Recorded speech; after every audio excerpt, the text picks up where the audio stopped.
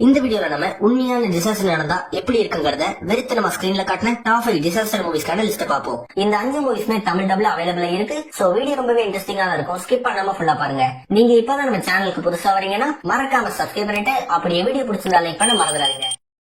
Deep impact இந்த movie 1998 release ஆயிருக்கு. இது ஒரு சயின்ஸ் பிக்ஷன் டிசாஸ்டர் மூவி. இந்த படத்தோட ஸ்டார்டிங்ல யூஎஸ் பிரசிடென்ட் பிரஸ் மீட்ல பேசுறாரு. இதுல பிரசிடென்டா மார்கன் ஃப்ரீமேன் தான் வராரு. அவர் பிரஸ் மீட்ல என்ன சொல்றாருன்னா, ஒரு பெரிய விண்கல் பூமியில வந்து விழப்போறதா சொல்றாரு. அந்த விண்கல் நியூயார்க் சிட்டி அளவுக்கு பெருசா இருக்கணும், சுமார் 7 மைல் அளவுக்கு நீளமா இருக்கணும் சொல்றாரு. மக்கள் யாரும் பயப்பட வேண்டாம், அமெரிக்காவும் ரஷ்யாவும் சேர்ந்து ஒரு ஸ்பேஸ் ரிசர்ச் டீம் அமைச்சு அந்த விண்கல்ல பிளாஸ்ட் பண்ணிடுவோம்னு சொல்றாரு. அவர் சொன்ன மாதிரியே ஒரு டீம் ராக்கெட்ல கிளம்புறாங்க. கடைசியில அவங்க அந்த விண்கல்ல அழிச்சு மக்கள் அந்த பேரழிவுல இருந்து காப்பாத்துறாங்களா இல்லையா இந்த படத்தோட கிளைமேக்ஸ். உண்மையாலுமே படம் வேற லெவல்ல இருக்கும். அதுவும் அந்த விண்கல்ல பிளாஸ்ட் பண்ற சீன்லாம் அல்டிமேட்டா இருக்கும். சோ கண்டிப்பா ட்ரை பண்ணுங்க. இன்டு தி ஸ்டார்ம் இந்த மூவி 2014 ரிலீஸ் ஆயிருக்கு. இந்த படத்தோட ஸ்டார்டிங்ல பீட்டுங்கிற ஒருத்தர் புயலை பத்தி ஒரு டாக்குமெண்ட்ரி ரெடி பண்ண ஒரு டீமை ரெடி பண்ணி புயலை பத்தி ஆராய்ச்சி செஞ்சுட்டு இருக்காரு. அப்போ ஒரு நாள் ஒரு பெரிய புயல் உருவாகிட்டு இருக்கிற நியூஸ் கேட்ட பீட்டும் அவரோட டீமும் அந்த புயலை கிட்ட இருந்து வீடியோ எடுக்க நினைக்கிறாங்க. அப்போ அந்த புயல் அவங்க நினைச்ச திசையில போகாம ஒரு ஹை ஸ்கூல் இருக்கிற திசையை நோக்கி போகுது. அப்போன்னு பார்த்து அந்த ஸ்கூல்ல கிராஜுவேஷன் டேக்கு எல்லா ஸ்டூடெண்ட்டும் அசம்பிள் ஆயிருப்பாங்க.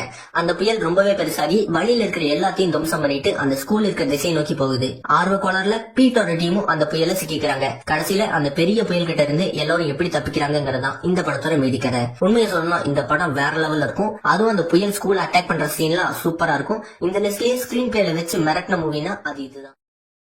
கிரீன்லாண்ட் இந்த மூவி 2020 ரிலீஸ் ஆயிருக்கு. இந்த படத்துல ஹீரோவா ஜெரார்டு பட்லர் ஒரு ஸ்ட்ரக்சரல் இன்ஜினியரா வராரு. இவர் ஏற்கனவே 300 ஒரு மாசான மூவில ஹீரோவா நடிச்சிருப்பாரு. இப்போ இந்த டிசாஸ்டர் மூவிலயும் ஹீரோ ரோல்ல நடிச்சிருக்காரு. இந்த படத்தோட ஸ்டார்டிங்ல நம்ம பூமி மேல ஒரு பெரிய விண்கல் மோத போறதா நியூஸ் வெளியாகுது. அந்த விண்கல் ஏறத்தாழ டைனாசர் வாழ்ந்த காலகட்டத்துல பூமியில விழுந்து டைனாசர் இனத்தையே அழிச்ச விண்கல் அளவுக்கு பெருசா இருக்கிறதா சொல்றாங்க. கடைசியில ஹீரோ தன்னோட ஃபேமிலியை அந்த விண்கல் பூமியில விழுகிறதுக்கு முன்னாடி பாதுகாப்பான இடத்துக்கு கூட்டிட்டு போனாரா இல்லையா, வழியில அவங்க என்னென்ன பிரச்சனைகளை சந்திக்கிறாங்கிறதா இந்த படத்தோட மீதி.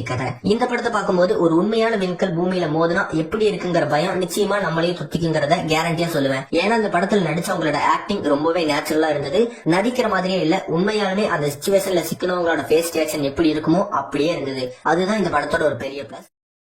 The Day After Tomorrow இந்த மூவி 2004 ரிலீஸ் ஆயிருக்கு. இந்த படத்தோட ஸ்டார்டிங்ல ஜாக் ஹாலுங்கிற சயின்டிஸ்ட் ஒருத்தர் குளோபல் வார்மிங்னால இந்த பூமியில பனி புயல் சுனாமி மாதிரி டிசாஸ்டர் நடக்க போறதா தன்னோட ஆராய்ச்சி முடிவுகள் வந்திருக்குன்னு யூஎஸ் பிரசிடென்ட் கிட்ட சொல்றாரு. ஆனா இவர் சொன்னதை யாருமே நம்பல. சரின்னு ஜாக் ஹாலும் தன்னோட ஆராய்ச்சியை தொடர்ந்துட்டு வராரு. அப்போ ஒரு நாள் அவர் சொன்ன மாதிரியே காலநிலை மாற்றத்தால நியூயார்க் சிட்டில வெள்ளம் வந்து அந்த இடத்தை சுத்திய பனி புயல் சூழ்ந்துருது. அது மட்டும் இல்லாம பூமியில பல இடங்கள்ல சுனாமி நிலநடுக்க மாதிரி பல டிசாஸ்டர் ஒரே நேரத்தில் நடக்குது. இதுல ஜாக் ஹாலோட பையன் நியூயார்க்ல தான் படிச்சுட்டு இருந்திருப்பான். அவன் அந்த பனி புயல் தப்பிச்சு ஒரு ஸ்கூல் பில்டிங் பேஸ்மெண்ட்ல இருக்கிற லைப்ரரியில போய் மாட்டிக்கிறான். கடைசியில ஹீரோ எப்படி அந்த பனிப்புயல்ல இருந்து தன்னோட பையனை காப்பாத்தி வெளியே கொண்டு வந்தாரா இல்லையாங்கிறதா இந்த படத்தோட கிளைமேக்ஸ். இந்த மூவி ரொம்ப த்ரில்லிங்கா அடுத்து என்ன நடக்கும்னு நம்ம முடிய பிச்சுக்கிற அளவுக்கு அந்த கதையை கொண்டு போயிருப்பாரு டைரக்டர்.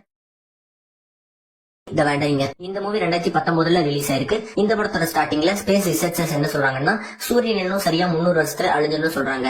சூரியன் அழிய போறதால இப்ப பூமியும் தன்னோட சுழற்சியை மொத்தமா நிறுத்திடுது. இதனால கடல் மட்டம் அதிகமாகி சுனாமி நிலநடுக்கம் வந்து பூமியே ஒரு வழியாகுது. அப்போ எல்லா நாடுகளும் ஒண்ணு சேர்ந்து பல ஆராய்ச்சிகளை செய்யறாங்க. அப்போ நம்ம சோலார் ஃபேமிலிக்கு வெளியே நம்மள மாதிரியே ஒரு சோலார் ஃபேமிலி இருக்கிறத கண்டுபிடிக்கிறாங்க. இதனால மொத்த பூமியையும் 10,000 ரோட்டர் இன்ஜின்ஸ் வச்சு நகர்த்தி அந்த சோலார் ஃபேமிலிக்குள்ள கொண்டு போக பிளான் பண்றாங்க. ஆனா அவங்க அங்க போய் சேர 2500 வருஷம் ஆகும்னு சொல்றாங்க. இதை விட்டாலும் வேற வழி இல்லைன்னு இவங்களுக்கு கிளம்புறாங்க. சூரியனை விட்டு விலகிறதால -84 டிகிரிக்கு மொத்த உலகமும் ஐஸ் கட்டியா உறைஞ்சு போயிருது. மக்களை அண்டர் கிரவுண்ட்ல சேஃபா தங்க வைக்கிறாங்க. அப்போ சரியா 17 வருஷம் கழிச்சு ஜூபிட்டரை கிராஸ் பண்ணும்போது ஜூபிட்டரோட அதிகப்படியான அட்ராக்ஷனால இவங்க ரோட்டர் இன்ஜின்ஸ் எல்லாம் ஃபெயிலியர் ஆகி ஜூபிட்டர் மேல பூமி மோத போகுது. கடைசியில மொத்த ஆஸ்ட்ரோனாட் டீமும் சேர்ந்து பூமியை ஜூபிட்டர் மேல மோத விடாம தடுத்து மக்களை காப்பாத்துறாங்களா இல்லையாங்கிறதா இந்த படத்தோட கிளைமேக்ஸ். இந்த படம் நிச்சயமா நீங்க பார்க்க வேண்டிய ஒரு மஸ்ட் வாட்ச் மூவின்னு சொல்லுவேன். இந்த மூவி தமிழ் டப்ல அவைலபிளா இல்ல, ஆனா கண்டிப்பா பாருங்க, ஒரு ஒர்த்தான மூவி தான்.